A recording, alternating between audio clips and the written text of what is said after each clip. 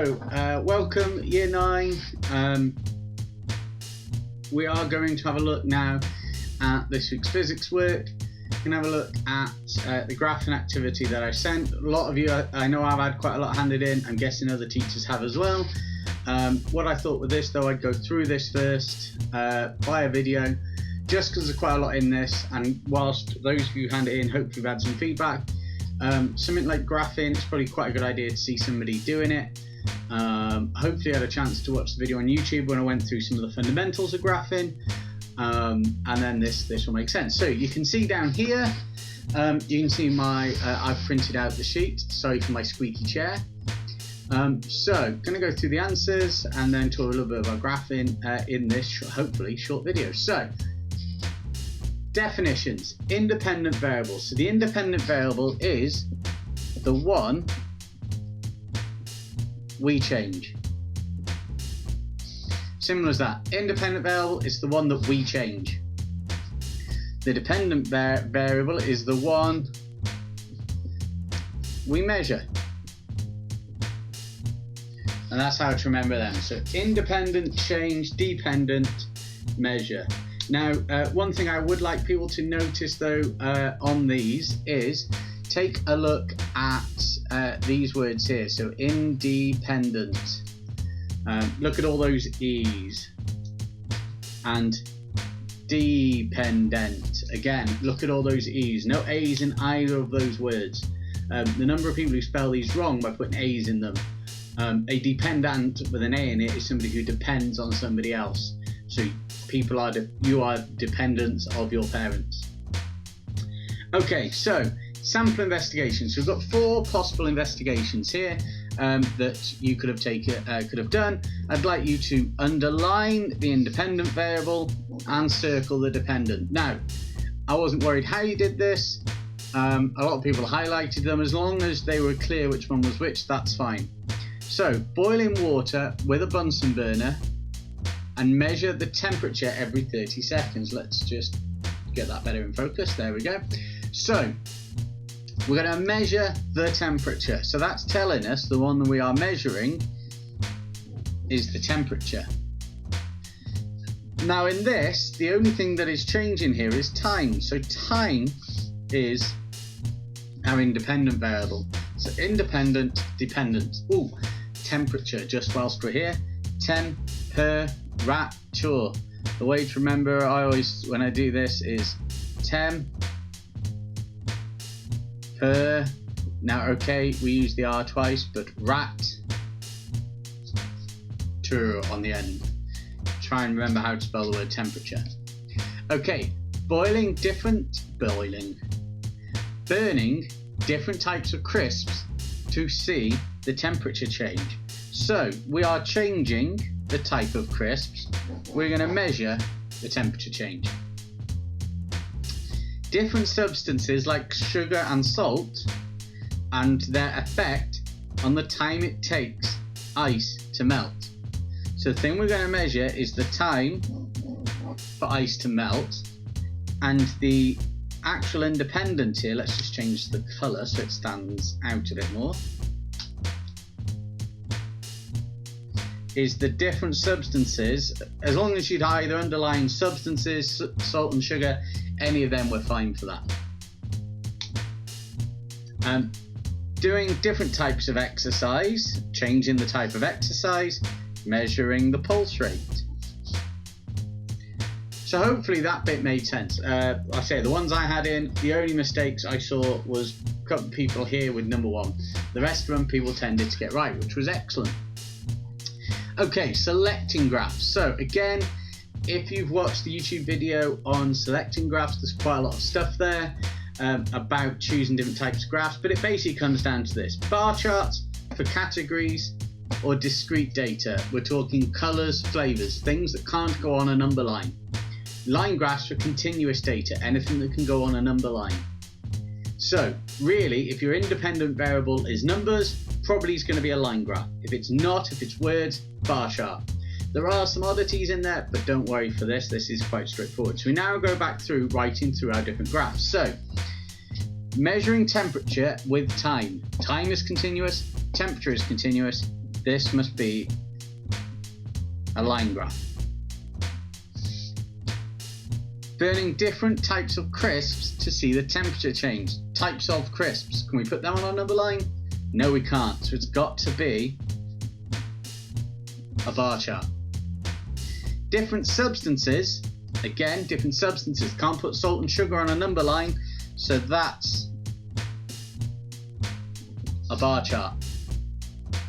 Doing different types of exercise. Different types of exercise. Bar chart. So we have line graph, bar chart, bar chart, bar chart. Okay, drawing graphs then. So there are some instructions here on the bottom of the sheet that go through how to draw a graph. And you have to apply them onto this graph paper. Now, this week's work that you'll be getting out is all questions from previous exam papers on graphs.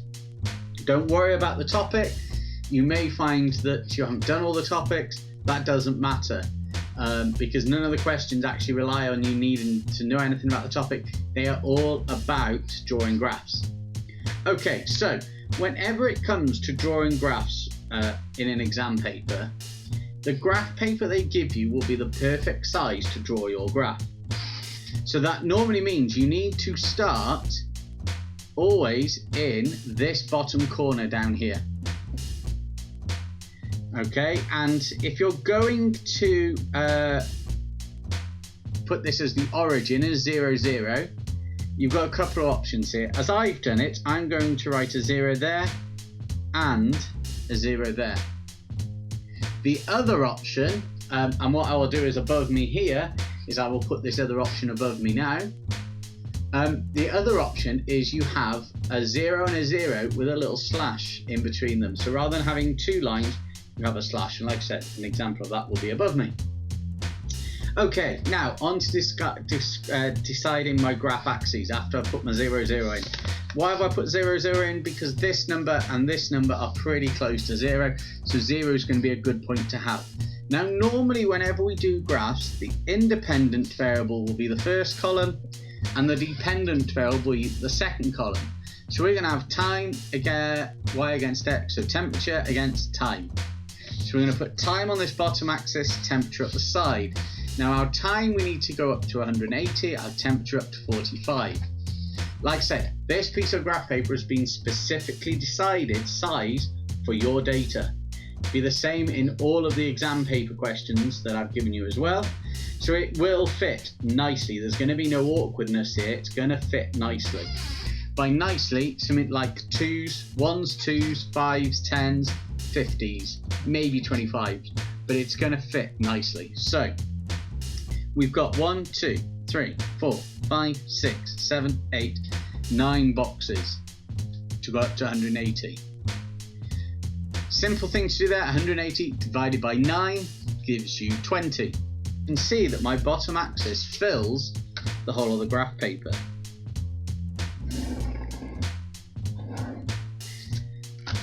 Now, obviously, that axis line isn't clearest. In the exam, you can draw your graphs in pen. I would strongly against drawing any of the points in pen, but the axes, once you're pretty happy where those axes go, that's fine.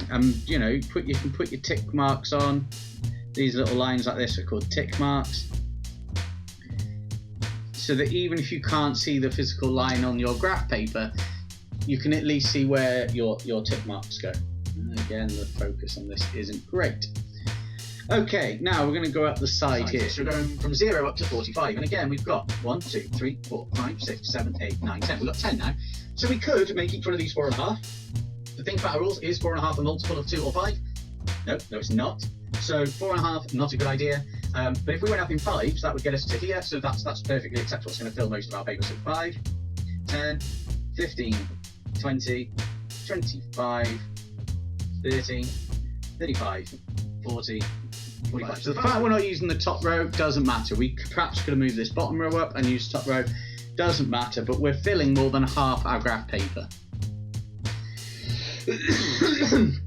Then we plot our points. These will do in pencil. In case you make a mistake, it's easily rubbed out. So 0 and 45. 45 seconds, so 40 seconds, and I've got 1, 2, 3, 4, 5 boxes there. So each box here is going to be 4. So 44, 48, 52, 56, 60, so 45 in terms of seconds is going to be just after that line. If you're that interested, it's a quarter of the way along that line, but just after it will do, and that is at 20 degrees Celsius. Now in an exam, you're allowed to be a full box, a full little box out. So if you'd have got this on that line, on the 44-second line, that would be acceptable. You'd be within your tolerance. 90 seconds and 5, so 90 is going to be just after, so that's 92, this line here. So it's going to be halfway through this box, and 5. Okay, so far I've done that. You can even, if you've got lots of data, and you can tick them off after you've done them so you remember where you're up to. 135. So 120, 124, 128, 132, 136. So it's going to be just this side of this line, and that's 2. So this is our first one where we've got to make a judgment on this, but that's dead easy because 1, 2, 3, 4, 5, so it's 2.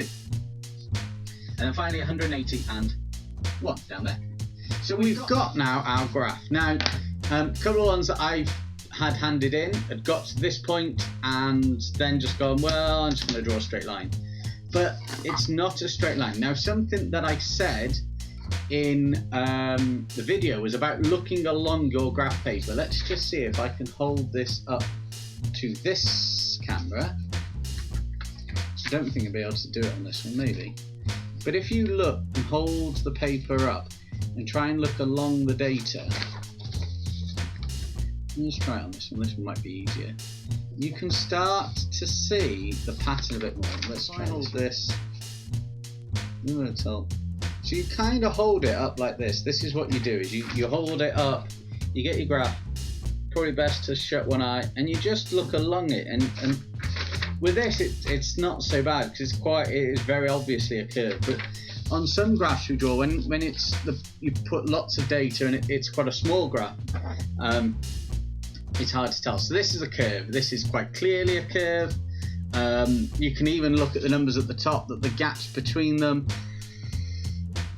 for regularly spaced points, these are every 45 seconds. You can see the gap. We had, what's that, 25, 15, 3, 1. You can see the gaps going down. This has got to be this. Now, when it comes to drawing lines of best fit, your hand, naturally, if you're like me, left-handed, we want to go from the bottom right of the page to the top left of the page. If you're right-handed, the opposite way, from the bottom left to the top right. So you need to turn your graph paper around. So as I've got it now, this is perfect for a right-hander to do it. For me as a lefty, I need to turn it pretty much the wrong way up, so I can start here and I can draw my nice smooth line of best fit. Now, it's called a line of best fit, so it is just one line. No shading, no doing jagged bits, it's a line. So here we go. We can have a few practice goes to make sure we know what our body's doing, and then we go for it. Making sure in this case that we go through every point, like so. Now, there is one thing left I've got to do on my graph. So if you've watched our graph video, you'll remember I came across the acronym, or spoke about the acronym SALT. Scale. Do my points fill more than half my paper? Yes, they do. They fill all the paper pretty much. Don't worry about this side. Obviously think, well, you know, if we drew a rectangle or a square, in this case pretty much around the whole thing, that's covering more than half the paper. Axes. Do they go up in sensible numbers? I'm going up in 5s, going up in 20s. Sensible numbers. Labels and lines. Done my line, but I haven't done my labels. So this bottom axis, remember, was time.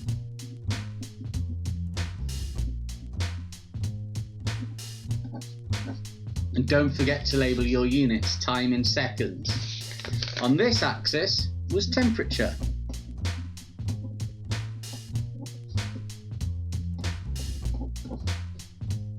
And we can also put a title. Don't always, in the exam, don't worry about putting a title, don't get any marks for a title. But as we're here, we might as well do it for completion. So our title is Graph to show temperature against time. So that is what your finished graph should look like. Hopefully that explains some of the bits and pieces people got wrong with this. If I went a little quick, don't forget, just go back through, watch the video again, pause in, you can make notes as you're going along, make corrections. Obviously been emailed out this sheet year 9.